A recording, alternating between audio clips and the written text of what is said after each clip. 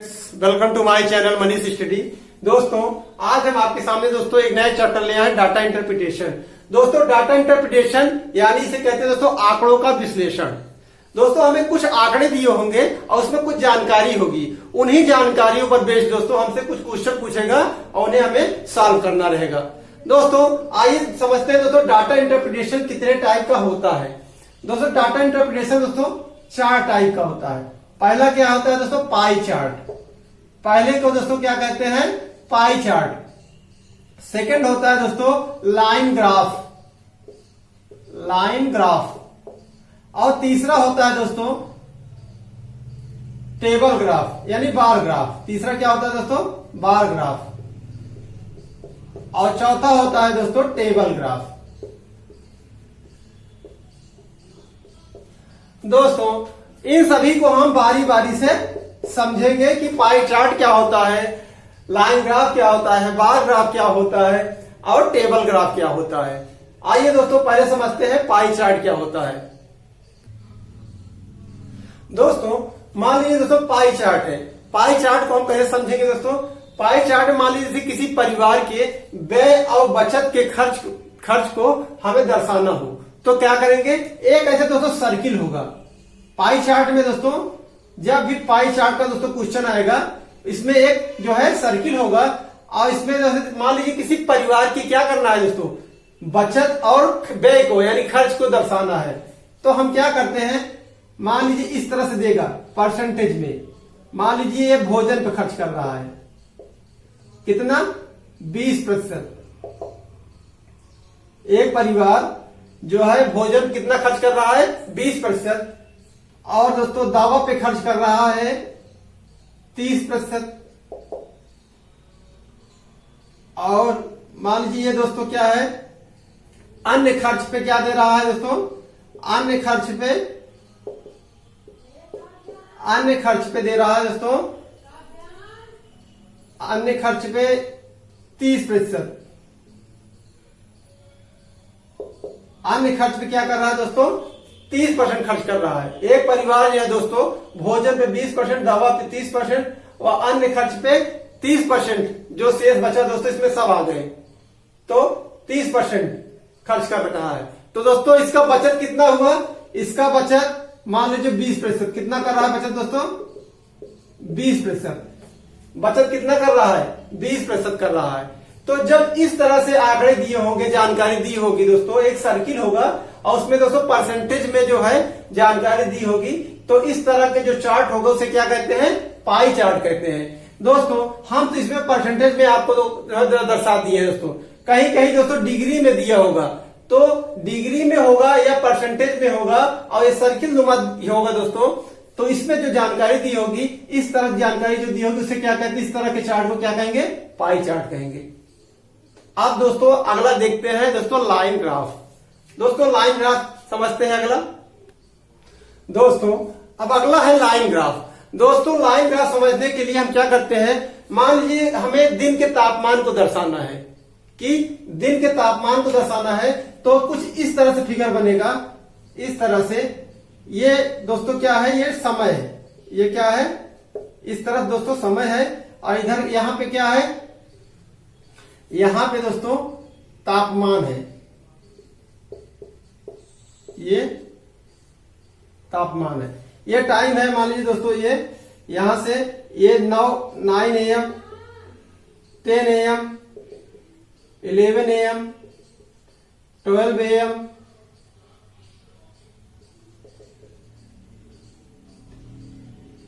या 1 PM। ये दोस्तों क्या है इस तरह से ये PM है। तो दोस्तों ये इस तरह से ये दिया होगा, समय दिया होगा यानी समय दोस्तों कितना है एक्स एक्सिस पे होगा दोस्तों। टाइम क्या होगा एक्स एक्सिस पे होगा और तापमान क्या होगा वाई एक्सिस पे होगा। तो मान लीजिए दोस्तों तापमान यहां दिया हुआ है, यहां दिया हुआ इस तरह से 9 बजे का टाइम है दोस्तों, 20 डिग्री सेल्सियस है। तापमान कितना है 20 डिग्री सेल्सियस है। फिर यहां पे दोस्तों इस तरह से दिया होगा 40 डिग्री सेल्सियस। यहां दिया होगा 60 डिग्री सेल्सियस। और यहां दिया होगा दोस्तों 80, 100 डिग्री सेल्सियस। इस तरह से आंकड़े दिए होंगे और इस तरह से हमें मान लीजिए दोस्तों 9 AM पे क्या होगा, यहां पे है, ये जो है दोस्तों इस तरह से। फिर यहां पे आए तो 10 बजे दोस्तों क्या होगा, ये मान लीजिए यहां पे है तो ये यहां चढ़ा।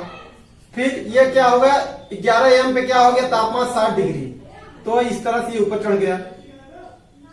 फिर दोस्तों क्या हुआ 12 यानी 12 बजे दोस्तों क्या हुआ टाइम 12 बजे दोस्तों तापमान हो गया 80 डिग्री के पे यहां पहुंच गया। तो इस तरह से। और फिर दोस्तों देखते हैं 1 बजे 1 PM पे क्या होगा, 1 PM पे फिर कितना आ गया 40 डिग्री, इस तरह से।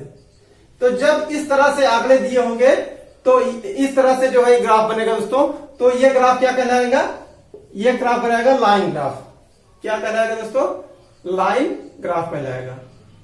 अब दोस्तों अगला समझते हैं, अगला क्या है दोस्तों, बार ग्राफ। अब बार ग्राफ को दोस्तों समझते हैं।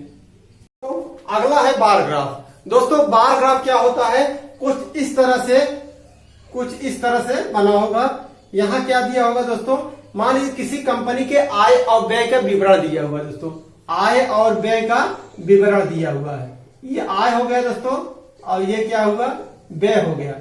ये दोस्तों हम इसको कलर कर दे रहे हैं। आय और व्यय का विवरण दिया होगा किस तरह से, ये जो है दोस्तों हमारा ये लाख में दिया है, ये जो है इस तरह दोस्तों लाख में दिया हुआ है। मान लीजिए यहां पे है 10, 20, 30, 40, 50 और 60, ये जो है लाख में दिया हुआ है।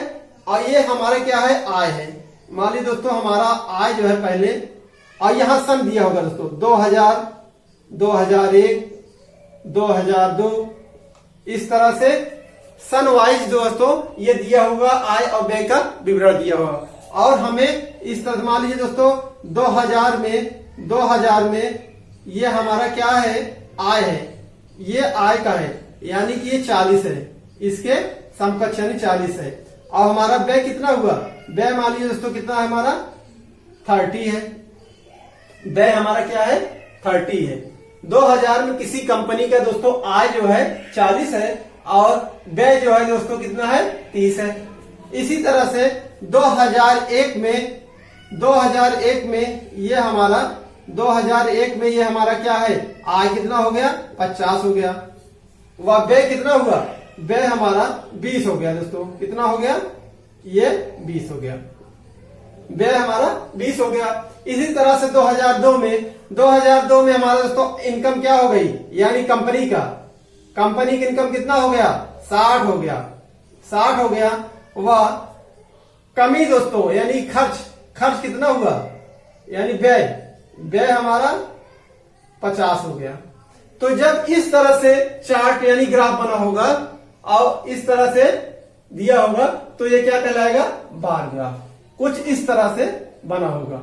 इसको दोस्तों व्यय को हम ऐसे कलर कर सकते हैं, व्यय जो है ये हमारा कलर हो जाएगा। तो इस तरह का जो विवरण दिया होगा, आंकड़े दिए होंगे, जानकारी दी होगी और इस पर बेस्ड दोस्तों क्वेश्चन पूछेंगे तो ये ग्राफ कौन सा कहलाएगा दोस्तों, ग्राफ बार ग्राफ कहलाएगा। अब अगला हम देखते हैं दोस्तों टेबल ग्राफ। दोस्तों टेबल ग्राफ दोस्तों होता क्या है, कुछ इस तरह से एक बना होगा, रिप्रेजेंट होगा दोस्तों इस तरह से। इसमें मान लीजिए कोई दोस्तों कंपनी का प्रोडक्ट है, यानी मारुति या फिर कोई प्रोडक्ट होगा। ये क्या है दोस्तों, ए प्रोडक्ट है, ये बी है, ये सी है, ये डी है। इस तरह से ये जो है कितना बिका, मान लीजिए दोस्तों ये 40 बिका, आय या व्यय हुआ 50 बिका, 20 बिका, 10 बिका, कंपनी का इस तरह से ए का, ये क्या है इसका इनकम हो गया आय। और इसका मान लीजिए तो खर्च कितना हुआ, इस पर मेंटेनेंस खर्च हो गया 15, 10, 12, 40, ये क्या है 1000 में, ये लाख में, कितने में दोस्तों लाख में। ये क्या है दोस्तों टेबल ग्राफ होगा। इस तरह से जो ग्राफ होगा कि एक कंपनी के एक का जो प्रोडक्ट है, यानी मान लीजिए दोस्तों ये हुंडई कंपनी है, ये वो है क्या है, एरोप्लेन का कोई कंपनी है, फिशर है, किंग फिशर है, ये है। इस तरह से जो कंपनियां हैं और उनके जो प्रोडक्ट है, ये जो है इनकम, इससे इनकम यानी सेलिंग है दोस्तों, इस तरह से कह सकते हैं इसको। ये बिक्री हुई, ये सेलिंग का हो गया। इस तरह से ये जो आंकड़े दिए होंगे इस तरह से, ये हमारा टेबल ग्राफ हो जाएगा। अब आइए दोस्तों समझते हैं कि इनके क्वेश्चनों को सॉल्व करने के लिए कुछ दोस्तों में बेसिक जानकारी होनी चाहिए। हम उन पर आज बात करेंगे दोस्तों। डाटा इंटरप्रिटेशन के क्वेश्चन को सॉल्व करने के लिए हमें कुछ चैप्टर का दोस्तों बेसिक जानकारी होनी चाहिए। जैसे दोस्तों पहला है परसेंटेज, दूसरा है दोस्तों एवरेज, और तीसरा है दोस्तों क्या, रेशियो, और चौथा दोस्तों रेंज। इन सबका दोस्तों हमें बेसिक जानकारी होनी चाहिए दोस्तों। जैसे कि परसेंटेज होता क्या है, जैसे दोस्तों कहीं लिखा है 40%, यानी इसका क्या सेंस हुआ, 40/100। और इस तरह से दोस्तों मान लीजिए किसी विद्यालय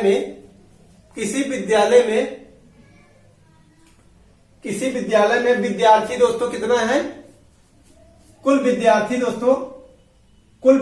में दोस्तों जो लड़के हैं बॉय, यानी कि बॉय जो है 40% है। कितने हैं, बॉय 40% है। तो यदि हमसे पूछ लिया जाए गर्ल्स कितने हैं दोस्तों, हम लोग जानते हैं कि पूरा कोई चीज कितना होता है, 100% होता है। तो 100% उसमें दोस्तों बॉय 40% हो गया, तो गर्ल्स कितना हुआ हमारा 60%। ये दोस्तों अब इस तरह से, और कहीं इस तरह से दे दिया दोस्तों कि हमें दे दिया कि 40% या 60% दे दिया हो, गर्ल्स दिया हो, तो हमें बॉय निकालना हो दोस्तों, क्या करेंगे, 40% होगा, निकल जाएगा। कैसे, 100% में से 60% माइनस कर देंगे तो हमारा बॉय का निकल के आएगा। इस तरह से ये हमारा बेसिक जानकारी परसेंटेज में आना चाहिए दोस्तों। दूसरा आता है एवरेज। एवरेज में दोस्तों क्या होता है, हमें दिया होगा जैसे आंकड़ा, जैसे 4, 3, 7, 8, और कह देगा कि इसका एवरेज हम लोग जानते ही है दोस्तों, सभी का सम और जरा नंबर है उससे क्या कर देते हैं, डिवाइड कर देते हैं। जैसे कि 4 + 3 + 7 + 8 और डिवाइडेड बाई 1, 2, 3, 4, तो ये डिवाइड कर देंगे 7, 7, 14, 14 और 8, 22, और इक्वल टू आ गया 20, 5.5। ये क्या हो गया दोस्तों, 4, 3, 7, 14, 8, 22, यानी ठीक है दोस्तों। ये कितना आ गया हमारा 5.5। इस तरह से हमें दोस्तों एवरेज आना चाहिए, बेसिक। और क्या आना चाहिए दोस्तों, रेशियो। मान लीजिए ए की उम्र जो है 40 साल है और बी की उम्र दोस्तों कितनी है, 60 है। तो हमसे कह दिया जाए दोस्तों ए रेशियो बी निकालिए, तो ए रेशियो बी निकालने के लिए क्या करते हैं दोस्तों, 40 रेशियो 16, 0 से 0 कट गया दोस्तों, 2 2 जा 4, 2 3 जा 6, यानी 2:3। इस तरह से हम रेशियो भी निकाल लेंगे। ये हमारा रेशियो का हो गया। इस तरह से कभी दोस्तों पूछ लेता है रेंज क्या होता है, तो रेंज में होता है दोस्तों बड़ी संख्या में से छोटी संख्या को घटाना। जैसे दे दिया रेंज दोस्तों 10 से 20 तक, यानी 20 में से बड़ी में से दोस्तों छोटी को घटाएंगे, यानी 20 - 10 = 10। ये हमारा क्या हो गया, रेंज हो गया। यानी सभी टॉपिक दोस्तों ये हमें ओनली दोस्तों बेसिक आनी चाहिए बस। उसके बाद हम सारे क्वेश्चंस को, डाटा इंटरप्रिटेशन के सारे क्वेश्चन को हम दोस्तों बहुत आसानी से सॉल्व कर सकते हैं। अब आइए दोस्तों इसके हम क्वेश्चन को लेते हैं। दोस्तों पहला सवाल दोस्तों हम लिए हैं किससे, पाई चार्ट से। दोस्तों पाई चार्ट से लिए हैं। अब उसमें क्या दिया है, पुस्तकें बनाने तथा उनकी बिक्री के दौरान विभिन्न मदों पर आने वाले प्रतिशत व्यय का ये विवरण दिया हुआ है। अब दोस्तों इसमें हमें क्वेश्चन क्या पूछा है, पहला क्वेश्चन पूछा है, कागज की लागत के तृतीय खंड के केंद्रीय कोण का माप। पहला क्या पूछा है दोस्तों? पहला पूछा है कागज की लागत, कागज की लागत के त्रिज्यखंड, त्रिज्यखंड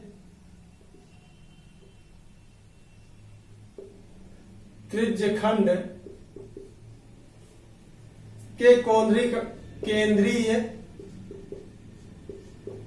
केंद्रीय कोण का माप। यही दोस्तों हमसे पूछा है। दोस्तों इसमें दोस्तों हमें आपको एक जानकारी देनी थी, क्या कि ये टोटल जो हमारा होता है, ये टोटल ये 100% होता है, क्योंकि कोई भी पूरी चीज क्या होती है 100% होती है।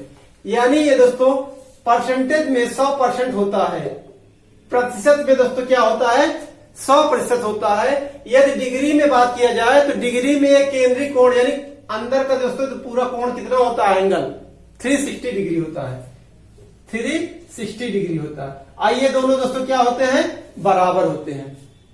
ये दोनों क्या होते हैं, बराबर होते हैं। एक दोस्तों हम आपको समझा देते हैं, यदि प्रतिशत में बदलना है, यदि प्रतिशत को डिग्री में बदलना है, प्रतिशत को डिग्री में बदलने के लिए दोस्तों क्या करते हैं 18/5 से गुणा करते हैं, 18/5 से गुणा करते हैं। परसेंटेज को दोस्तों किससे गुणा करते हैं 18/5 से। यदि हमें डिग्री से प्रतिशत में बदलना है, प्रतिशत में बदलना हो तो क्या करते हैं, तो हम दोस्तों 5/18 से गुणा यानी मल्टीप्लाई करते हैं। और ऐसा क्यों करते हैं इसको हम दोस्तों आपको आगे बताते हैं। दोस्तों अब अगला क्या है, इसे हमसे क्वेश्चन क्या पूछा है, कागज की लागत के त्रिज्यखंड के केंद्रीय कोण। कोण मतलब क्या होता है दोस्तों डिग्री, यानी हमें क्या बदलना है, प्रतिशत को डिग्री यानी कोण में बदलना है। तो हमें किसको बदलना है, कागज की लागत को। कागज की लागत कहां पे है, ये है। कागज की लागत दोस्तों कितना है 10%, कितना है 10%। तो कागज की लागत का केंद्रीय कोण कितना होगा, केंद्रीय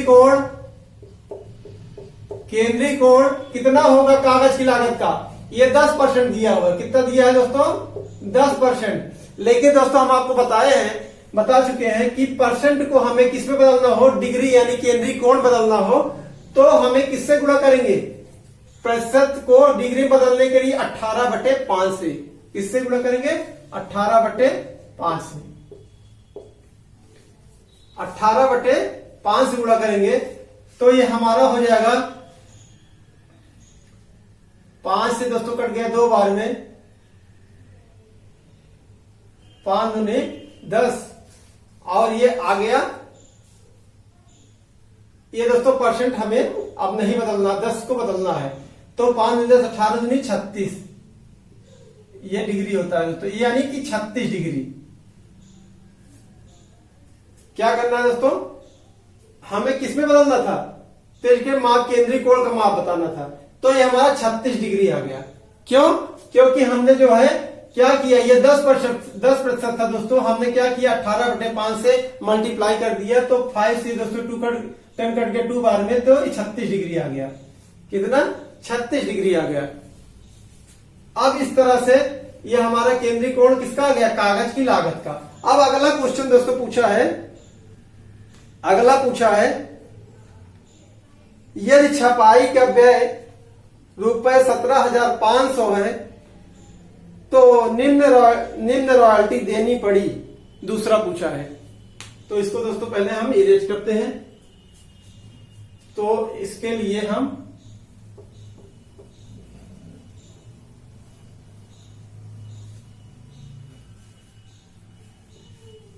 दूसरा हमसे क्या पूछा है दोस्तों, दूसरा पूछा है यदि छपाई का व्यय, दूसरा है यदि छपाई का व्यय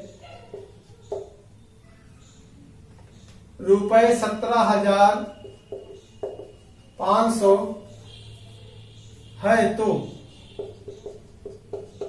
है तो निम्न रॉयल्टी देनी पड़ी। निम्न रॉयल्टी देनी पड़ी।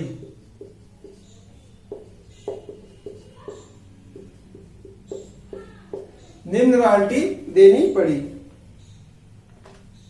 छपाई का व्यय दोस्तों कितना दिया है? 17,500। तो निम्न रॉयल्टी देनी पड़ी। कितना देना पड़ा दोस्तों? आप देखिए, बहुत ही अच्छा क्वेश्चन दोस्तों दिया है। छपाई का व्यय कहां पे है? छपाई का व्यय ये है 35%। यानी दोस्तों ये हमें परसेंटेज में दिया, ये हमारे रुपए में है और ये हमारा परसेंटेज में है। तो 35% बराबर कितना दिया है? 35% बराबर दिया है 17,500 के। अब हमसे पूछ कर रहा है निम्न रॉयल्टी। तो निम्न रॉयल्टी कहां पे है? निम्न रॉयल्टी दोस्तों कहां पे है? ये है, ये रॉयल्टी है। ये कितना है? 15% है। कितना है दोस्तों? 15%। तो हमें ये 35% को 15% कैसे बदलेंगे? तो हम बहुत ही आसान तरीके से दोस्तों कर देते हैं। इसमें 7 से डिवाइड कर देते हैं, इसमें 7 से। तो ये कितना हो गया? 5% बराबर हो गया 7 दूनी 14, 3 7 पचे 35, 2500। अब इसको दोस्तों हमें कितना बनाना है? 15%। यानी 3 इसमें मल्टीप्लाई, 3 से दोस्तों इसमें, यानी 15% इक्वल टू 25 पंचे दोस्तों 125, 12,500 रुपए। कितना देना पड़ा निम्न रॉयल्टी? 12,500 रुपए। अब दोस्तों अगला क्वेश्चन पूछा है दोस्तों, इसमें क्या दिया है हमें? निम्न रॉयल्टी ना दोस्तों, निम्न रॉयल्टी में कितना था? 15% था। हाँ 15% था। 35% बराबर कितना दिया है? 17,500। तो 7 पचे 35, 7 दूनी 14 दोस्तों, 14 3 7 पचे 35। तो 5 3 15, 15 3 ये दोस्तों 25 3 7500। ये हमारा निम्न रॉयल्टी हमें इतना रुपए देना पड़ा। 15% बराबर 7500। अब अगला क्वेश्चन दोस्तों क्या है? इसको दोस्तों इरेज करना पड़ेगा। इसके लिए दोस्तों हमें ये इरेज करना पड़ेगा। अगला है दोस्तों, क्वेश्चन पूछा है यदि विधिक व्यय ₹6,000 है तो रॉयल्टी से जिलसाजी तथा कटाई के लिए व्यय कितना अधिक है? यदि विधिक व्यय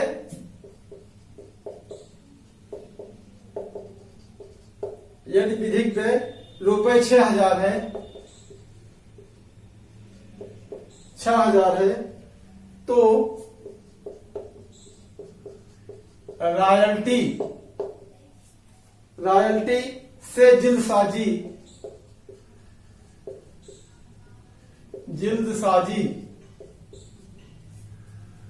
तथा कटाई के लिए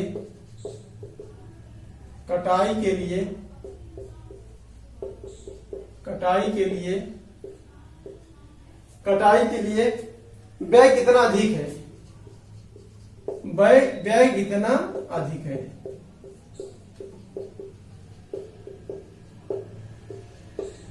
दोस्तों इस क्वेश्चन को सॉल्व करने से पहले हम आपको बता दें कि कभी ऐसे होता है कि ए 40 रुपए कमाता है, बी 60 रुपए कमाता है। तो कभी पूछ लिया इस तरह से, बी जो है ए से कितना, या इस तरह से पूछ लेगा ए जो है बी का कितना प्रतिशत है, इस तरह से पूछ लेता है। या इस तरह बी ए जो है बी ए का कितना प्रतिशत है, इस तरह से भी हो सकता है। तो हमें ये सब निकालने के लिए दोस्तों परसेंटेज का बेसिक जानकारी होनी चाहिए। ये दोस्तों हम क्या करते हैं, अब हम इसका निकालते क्या है, पूछ क्या रहा है हमसे, विधिक व्यय यानी 6,000। विधिक व्यय दोस्तों कितना दिया है? 6,000। विधिक व्यय कहां पे है? विधिक व्यय दोस्तों ये है 4%। यानी दोस्तों हमें कितना दिया है? 4% बराबर, हाँ इससे सॉल्व करने पहले दोस्तों देखिए विधिक व्यय कितना दिया है? 4%। तो हम ये क्या करते हैं, और रॉयल्टीज जल्दबाजी तथा कटाई के लिए व्यय कितना अधिक है। तो 4, अभी हमें दोस्तों निकालना, क्वेश्चन को समझना होगा, बहुत जरूरी है दोस्तों। रॉयल्टी से जल्दसाजी, रॉयल्टी से दोस्तों जल्दसाजी तथा कटाई, ये जल्दसाजी तथा कटाई कितना है, 18% है। जल्दसाजी तथा कटाई, रॉयल्टी जल्दसाजी तथा कटाई के लिए व्यय कितना अधिक है, कितना अधिक है, ये 18% है, ये 18% है।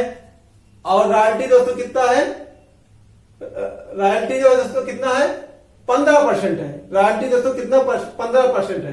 कितना अधिक है, 3%। कितना अधिक है दोस्तों, 15 से 18 कितना परसेंट, 3% अधिक है। तो पहले हम क्या करते हैं दोस्तों, ये निकालते हैं।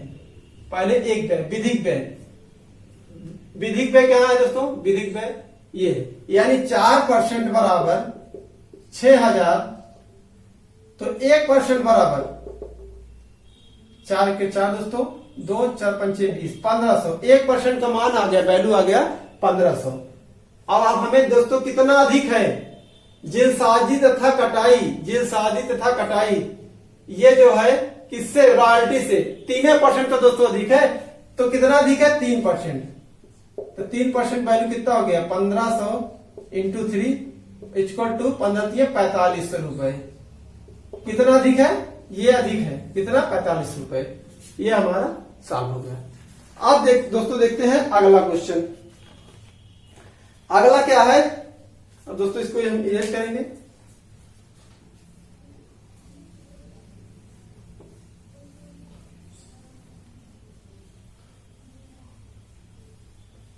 चौथे में विज्ञापन पर व्यय के केंद्रीय कोण से छपाई के व्यय का केंद्रीय कोण निम्न में से अधिक है।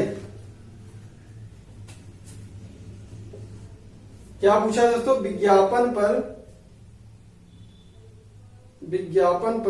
व्यय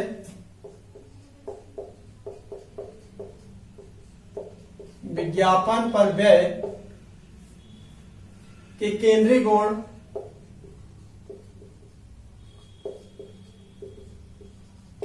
कोण से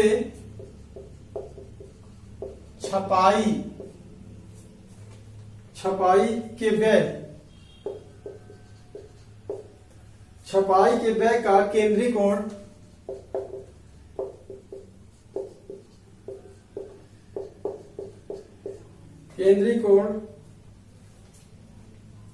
के व्यय का केंद्रीय कोण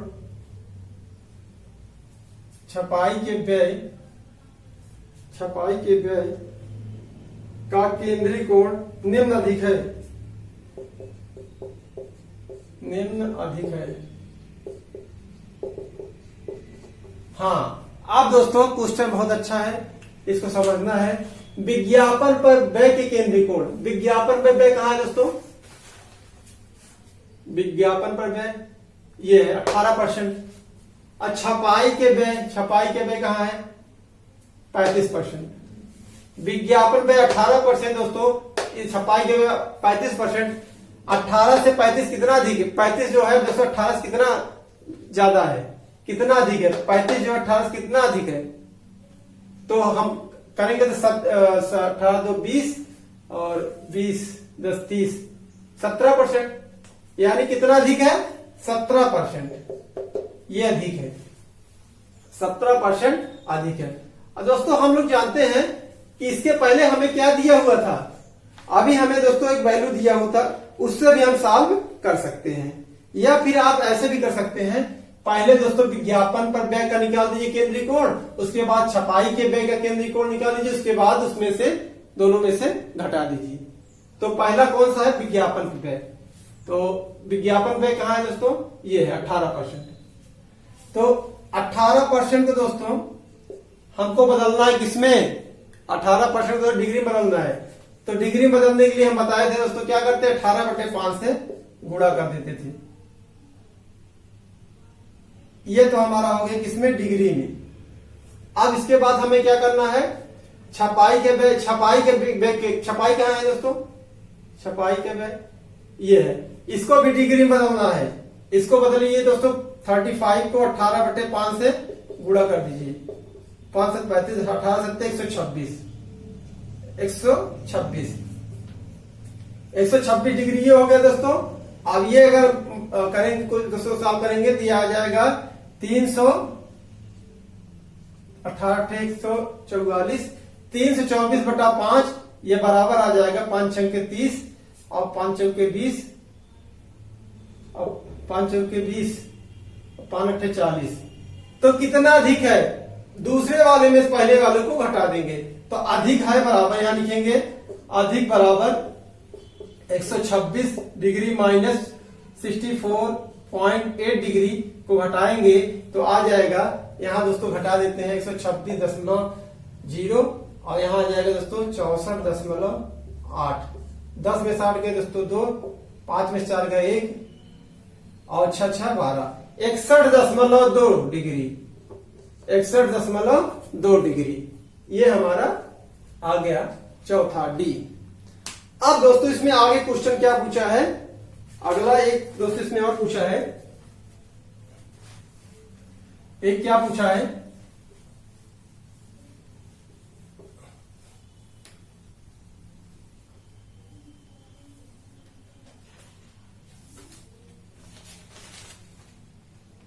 कागज की लागत और छपाई के व्यय का लगभग कितना प्रतिशत है। कागज की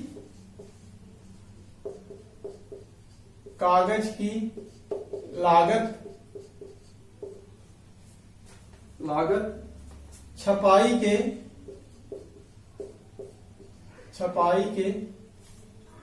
व्यय का